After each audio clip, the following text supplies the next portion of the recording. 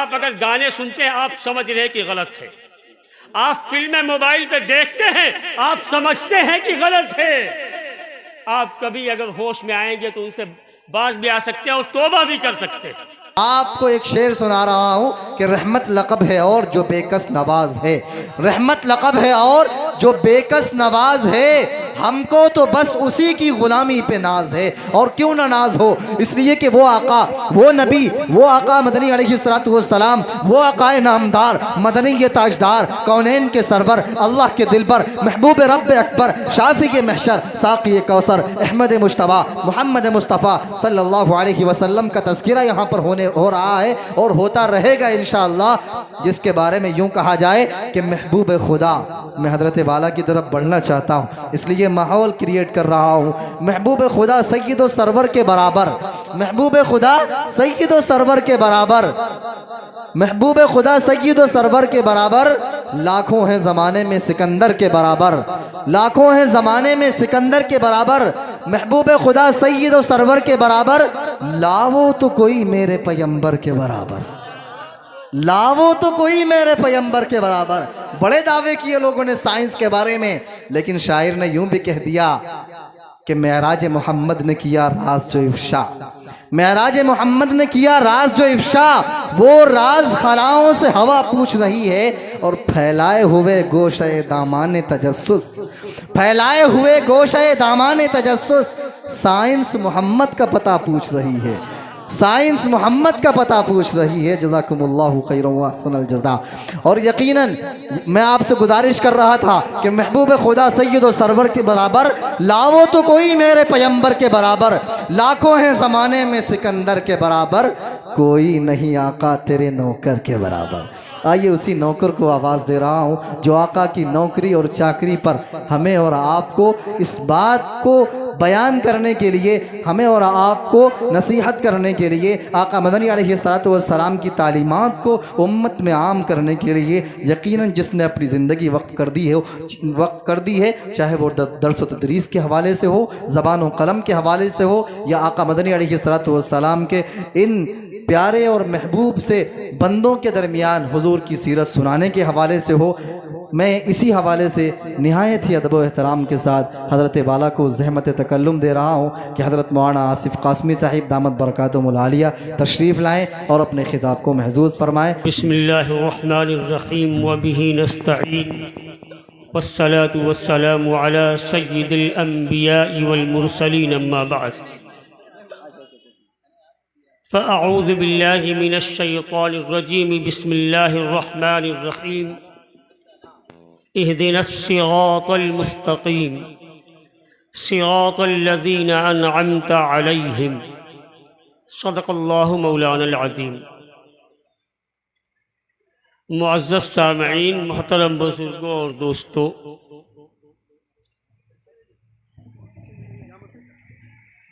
ایک بات میں محسوس کر رہا ہوں کہ آپ کو تقریر سننے کی کوئی خاص ضرورت نہیں ہے، کیونکہ یہ کام تو آپ گھر بیٹھ کے موبائل کے ذریعے بھی کر سکتے ہیں، اور آپ بجائے جلسوں کے کہ علماء کے بیانات شریک جلسہ ہو کر کے سنیں، اس سے کہیں زیادہ اہمیت دیتے ہیں اور فوکس کرتے ہیں اس بات پر کہ موبائل کا سہارا لے کر کے بیانات علماء کے آپ حضرات سن لیتے ہیں۔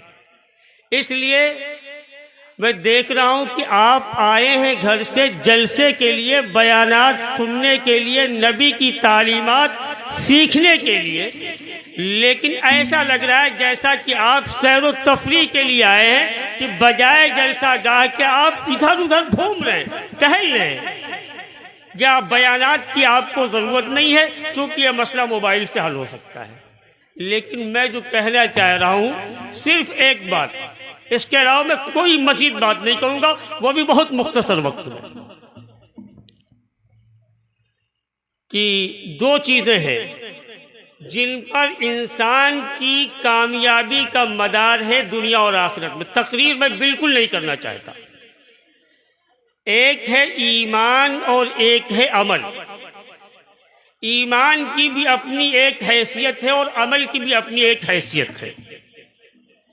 آپ سوچیں کہ صرف ایمان نجات کے لیے کافی ہو جائے گا، یہ آپ کا خیال عبث ہے، فضول ہے، کیونکہ یہ خیال اس سے پہلے ایک فرقہ تھا جس کا نام حدیث میں مرجیہ آیا ہے۔ اس کا یہ خیال تھا کہ اعمال کسی حد تک ہمارے کام آ سکتے ہیں، لیکن برائیاں مضر نہیں، ان سے ایمان پہ فرق نہیں پڑتا۔ نبی نے فرمایا وہ گمراہ فرقہ جو اعمال کو کوئی حیثیت نہیں دے رہا تھا۔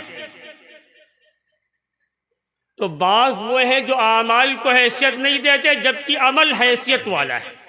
ایسے ہی ایمان کی بھی اپنی ایک حیثیت ہے، تو ایمان بھی حیثیت والا ہے، عمل بھی حیثیت والا، لیکن دونوں کی حیثیت برابر نہیں، یہ بات میں سمجھانا چاہتا ہوں۔ ایمان کی حیثیت کیا ہے اور عمل کی حیثیت کیا ہے؟ میں ایک مثال دیتا ہوں، آپ سمجھیے، اور بالخصوص میں اہل علم سے درخواست کرتا ہوں کہ یہ بات قوم کو سمجھائیں، کیونکہ لوگ کہاں سے کہاں پہنچے جا رہے ہیں ہمیں احساس نہیں۔ عمل کی حیثیت کیا اور ایمان کی حیثیت کیا ہے؟ بھائی آپ گنتیاں لکھتے ہیں، ایک ہوتی ہے عدد اور گنتی، اور ایک ہوتا ہے زیرو۔ اگر زیرو بغیر گنتی کی ہو تو آپ اسے کیا شمار کرتے ہیں؟ آپ اگر زیرو لگا دے، صرف کوئی اس کے ساتھ عدد نہ ہو، کوئی گنتی نہ ہو، تو آپ اسے کیا حیثیت دیں گے؟ کچھ شمار کریں گے اسے؟ ایک زیرو ہو کوئی حیثیت نہیں، دوسرا زیرو اور لگا دو کوئی حیثیت نہیں، تیسرا زیرو اور لگا دو کوئی حیثیت ہوگی اس کی؟ کوئی گنتی ہے وہ؟ بالکل کوئی گنتی نہیں۔ اچھا، دو لگائے، تین زیرو لگا دیے، اس کے شروع میں آپ نے ایک لگا دیا، اب وہ تین زیرو حیثیت والے ہوئے یا نہیں؟ ارے اب حیثیت ہوئی ان کی یا نہیں؟ تو معلوم ہوا زیرو کی کوئی حیثیت نہیں ہے جب تک کہ اس کے ساتھ عدد نہ ہو، جب تک اس کے ساتھ گنتی نہ پائی جائے، تو یہ زیرو بے حیثیت ہے بغیر گنتی کے۔ معلوم ہوا زیرو عدد بنتا ہے، گنتی شمار ہوتا ہے، لیکن جب اس کے ساتھ شروع میں کوئی گنتی لگے، اس کے بغیر زیرو کچھ بھی نہیں۔ تو ایسے ہی یہ زیرو عمل کی جگہ پہ ہے کہ عمل کچھ بھی نہیں ہے، عمل زیرو ہے، عمل کی حیثیت کوئی نہیں ہے، اور اگر عمل کے ساتھ ایمان لگ جائے تو عمل کو ایمان حیثیت والا بنا دیتا ہے۔ عمل بے حیثیت ہے، اس کی کوئی حیثیت نہیں، لیکن اگر ایمان اس کے ساتھ پایا جا رہا ہے تو عمل با حیثیت ہے۔ اور ایمان کی حیثیت عدد کی ہے، گنتی کی ہے۔ مثلا آپ نے ایک گنتی بنائی، ایک گنتی کے بنانے کے بعد وہ ایک عدد ہے، ایک گنتی ہے، لیکن اگر کہیں اس کے ساتھ ایک زیرو لگا دیا جائے تو اب وہ ایک سے کتنا ہوگا؟ آپ سے پوچھتا ہوں، میں نے کیا بتا تقریر نہیں کر رہا ہوں، میں ایک بات کہنے کے لیے صرف آیا ہوں، اسے سمجھانا چاہتا ہوں۔ اب ایک گنتی تھی، اس کے آگے آپ نے زیرو لگایا، کتنا ہوا؟ اس کے آگے ایک اور زیرو لگا دیا، کتنا ہوا؟ ایک زیرو اور لگا دیا، کتنا ہوا؟ اچھا، ایک جو گنتی تھی اس کے آگے آپ نے تین زیرو لگا دیا، وہ ایک سے کتنا ہو گیا؟ 1000 ہوا۔ یہ تینوں ہٹا دو، پھر کتنا بچے گا؟ ایک۔ تو ایک یہ گنتی ہے، یہ گنتی رہے گی، اگر اس کے ساتھ زیرو لگ جائیں گے تو یہ عدد اور یہ گنتی بڑھتی چلی جائے گی، اور اگر زیرو نہیں ہوں گے یہ گنتی باقی تب بھی رہے گی۔ یعنی ایک ہے، وہ گنتی ہے، رہے گی، زیرو اگر لگتے چلے جائیں گے تو یہ گنتی بڑھتی چلی جائے گی، عدد رہے گی، زیرو لگیں گے تو عدد بڑھ جائے گی۔ یہ گنتی ایمان کی جگہ میں ہے۔ تو زیرو یہ عمل کی جگہ میں ہے، گنتی کے ساتھ زیرو لگنے سے گنتی بڑھ جاتی ہے، اور زیرو کے ساتھ گنتی لگنے سے زیرو گنتی بن جاتی ہے۔ تو ایمان کے ساتھ عمل لگے گا، پایا جائے گا، ایمان میں مضبوطی پیدا ہوگی، اور اگر عمل کے ساتھ ایمان پایا جائے گا تو عمل ہمارا بنے گا۔ یعنی ایمان کے بغیر عمل غیر معتبر، کوئی حیثیت نہیں، اس کی حیثیت زیرو کی ہے۔ اور اگر زیرو یعنی عمل کے بغیر ایمان ہو تو اس کی حیثیت عدد کی تو ہے لیکن نہایت کمزور ہے۔ تو عمل بھی ضروری ہے، ایمان بھی ضروری ہے، ان دونوں کا بچانا بھی ضروری ہے۔ اگر ہم سمجھیں ایمان کے بغیر چارہ ہے تو یہ بھی عبث خیال ہے۔ اگر سوچیں ایمان ہے، ہم مسلمان پیدا ہوئے، ہم مومن ہیں، عمل کے بغیر چارہ ہے، تو یہ بھی خیال نہ لانا، کیونکہ ایک گنتی وہ ایک رہے گی، اس سے آگے بڑھ نہیں سکتی جب تک کہ زیرو یعنی عمل نہ پایا جائے۔ اب ہم سمجھ لیں کہ ہم مسلمان پیدا ہو گئے، مومن ہو گئے، اتنا کافی ہے، تو یہ خیال فضول ہے، یہ خیال عبث ہے، یہ خیال ہمارا بیکار ہے۔ جیسا کہ آج لوگوں کا نظریہ کیا ہے کہ ارے مسلمان ہے، ہماری نیت اچھی ہے، ہمارا دل صاف ہے، نماز ہی تو نہیں ہو پاتی، تلاوت ہی تو نہیں ہو پاتی، روزے ہی تو نہیں ہو پاتے، تو یہ اعمال ہی تو وہ ہیں جو ایک گنتی کو بڑھاتے ہیں۔ عمل سے ایمان بڑھتا ہے اور ایمان سے عمل بنتا ہے۔ تو ان دونوں کی ضرورت ہمیں ہے، کسی ایک کے بغیر ایک کو اپنا لینے سے کام نہیں چلنے والا ہے۔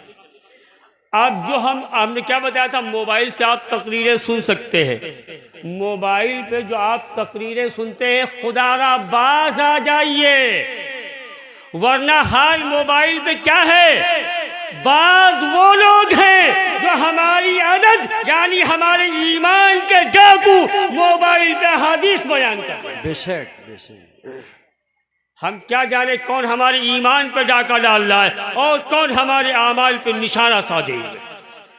حقیقت یہ ہے کہ موبائل کی تقریروں کے سہارے امت کا ایک بڑا طبقہ یا تو ایمان سے غافل ہو گیا ہے یا تو اعمال سے دور ہو گیا ہے۔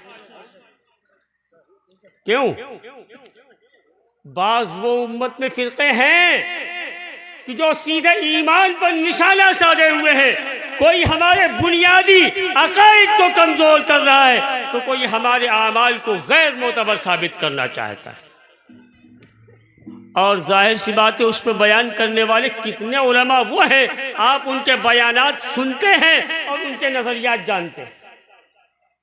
ارے کتنے لوگ ہیں جن کی آپ تقریریں سنتے ہیں اور آپ انہیں جانتے بھی ہوں کہ ان کے عقائد کیسے آپ کو پتا ہے،